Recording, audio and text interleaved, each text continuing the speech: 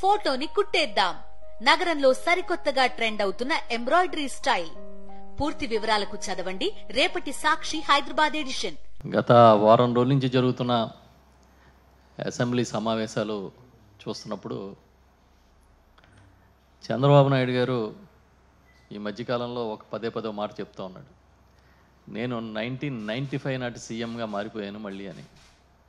అది కనిపించింది. ఎందుకంటే ఏమీ చేయకపోయినా చేసినట్టుగా చెప్పుకోవడం,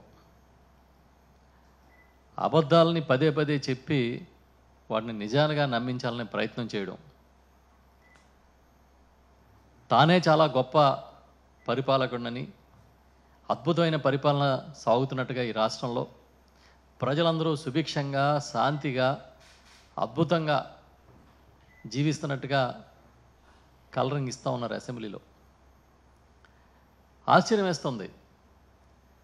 ఇన్ని అబద్ధాలు ఎన్నికల ముందు చెప్పి మళ్ళీ ఎన్నికల తర్వాత కూడా అవే అబద్ధాలని కొనసాగించడం అనేది చూస్తూ ఉంటే కేవలం అబద్ధాల పునాదుల మీదే ఈ పార్టీ, తెలుగుదేశం పార్టీ, వారు నడుపుతున్న ప్రభుత్వం కూడా ఆధారపడి ఉందా అని అనిపిస్తూ ఉంది. అయితే చాలా సంతోషకరమైన విషయం ఒకటి ఉంది. ఎన్నికల ముందు పదే చాలా అబద్ధాలు చెప్పి ప్రతి విషయంలోనూ జరగని దాన్ని జరిగినట్టుగా చూపించి లబ్ధి పొందాలని చెప్పి ఆ రోజు చంద్రబాబు నాయుడు కానీ, ఆయన మద్దతు ఇచ్చిన పార్టీలు జనసేన కానీ బీజేపీ కానీ ప్రయత్నం చేశాయి. ఆ క్రమంలో చూసుకుంటే ఇప్పుడు కొన్ని నిజాలు నిగ్గు తేలిపోయినాయి. చంద్రబాబు నాయుడు గారు పచ్చి అబద్ధాలని ప్రచారం చేశాడు ఎన్నికల ముందు అనేది చాలా కేటగారికల్గా అసెంబ్లీ సాక్షిగా బయటపడింది. అందులో కొన్ని చూసుకుంటే ఇవాళ రాష్ట్రానికి ఉన్న అప్పులు 14 లక్షల కోట్లు, రాష్ట్రం శ్రీలంక అయిపోయిందని చెప్పి మాట్లాడి పెద్ద ఎత్తున ప్రచారం చేశారు.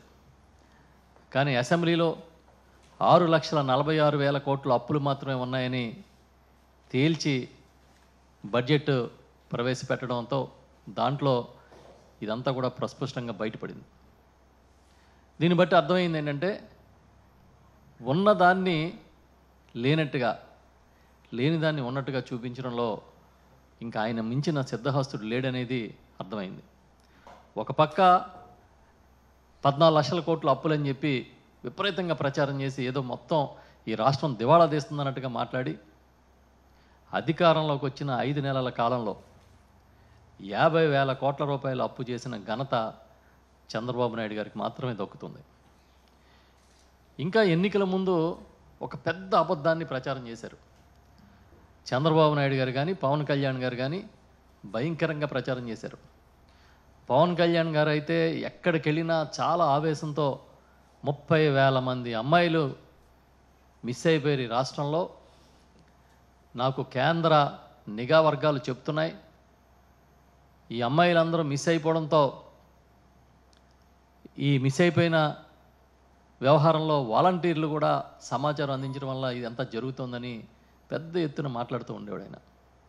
ఆయనతో పాటు చంద్రబాబు నాయుడు గారు, లోకేష్ గారు, మొత్తం అందరూ కూడా అమ్మాయిలు 30,000 మంది మిస్ అయిపోయారని ఇక్కడ ఏదో ఈ రాష్ట్రంలో ఒక అరాచకం ప్రబలబోతున్నట్టుగా ప్రచారం చేశారు.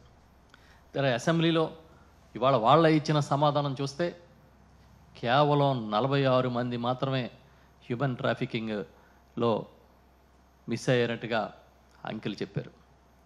దానికి సంబంధించి 33 కేసులు నమోదు చేసినట్టుగా కూడా వాళ్ళే చెప్పారు. దాంతో ఇది పచ్చి అబద్ధం, 30,000 మంది అమ్మాయిలు మిస్ అయిపోయారు, వాళ్ళని కనుగొనలేకపోయింది రాష్ట్ర ప్రభుత్వం అని చెప్పింది పచ్చి అబద్ధం అని అసెంబ్లీ సాక్షిగా నిగ్గు తేలింది. ఇంకొక అబద్ధాన్ని ఎన్నికల ముందు ప్రచారం చేశారు. ఈ రాష్ట్రంలో భవనాలన్నిటికీ రంగులు మార్చేస్తున్నారు, వైఎస్ఆర్ పార్టీ రంగులు వేసుకోవడానికి 3,000 కోట్ల రూపాయలు ఖర్చు పెట్టాడని ఆ రోజు ఈ ప్రభుత్వం మీద చంద్రబాబు నాయుడు గారు ఎన్నికల ప్రచారంలో కానీ అంతకుముందు ఆయన ప్రచారంలో కానీ మాట్లాడితే పవన్ కళ్యాణ్ గారు 2,300 కోట్ల రూపాయలు రంగుల కోసం ఖర్చు పెట్టాడని మాట్లాడేవారు. కానీ ఇవాళ అదే పంచాయతీరాజ్ శాఖ మంత్రిగా డిప్యూటీ సీఎంగా ఉన్న పవన్ కళ్యాణ్ గారు ఇచ్చిన ఆ రిప్లై ప్రకారం కేవలం రంగులు వేయడానికి, రుంగులు తీయడానికి కలిపి 101 కోట్ల రూపాయలు మాత్రమే ఖర్చు పెట్టారని చెప్పి ఆయన అసెంబ్లీకి ఇవాళ సమాధానం చెప్పారు. అంటే రంగులకి వేల కోట్ల రూపాయలు ఖర్చు పెట్టారనేది కూడా పచ్చి అబద్ధమని, ఆ రోజు ఎన్నికల ముందు చంద్రబాబు నాయుడు గారు కానీ ఆయన భాగస్వాములు కానీ చేసిందంతా కూడా అబద్ధపు ప్రచారం అని కూడా తేలిపోయింది. ఇంకా ఋషికొండ, విశాఖపట్నం ఋషికొండలో ప్రభుత్వ భవనాల నిర్మాణం చేస్తూ ఉంటే ఒక ఐకానిక్ భవనాలు లాంటివి ఉండాలి అనే ఉద్దేశంతో టూరిజం డిపార్ట్మెంట్ ద్వారా నిర్మాణం చేస్తే అవేదో జగన్మోహన్ రెడ్డి గారు సొంతానికి నిర్మాణం చేసుకున్నట్టుగా ప్రచారం చేశారు.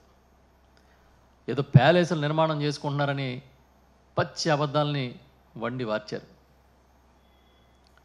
దీనికి అనుమతులు లేవని, ఎలాంటి అనుమతులు రాలేదని, అయినా సరే అడ్డగోలుగా నిర్మాణాలు చేశారని, పర్యావరణ అనుమతులు లేవని, నేషనల్ గ్రీన్ ట్రిబ్యునల్ అడ్డుకుందని రకరకాలుగా వాళ్ళ అబద్ధాలు చెప్పడం, కొన్ని పత్రికలు రాయడం. ఫైనల్గా అసెంబ్లీలో ఇప్పుడు ఒక ప్రశ్నకి సమాధానం చెబుతూ ఋషికొండలో నిర్మాణం చేసిన భవనాలకి అనుమతులు అన్నీ ఉన్నాయని చెప్పి సంబంధిత మంత్రి గారే స్వయంగా ప్రకటించారు అసెంబ్లీలో. సో ఇది కూడా పచ్చి అబద్ధమని అర్థమైపోయింది.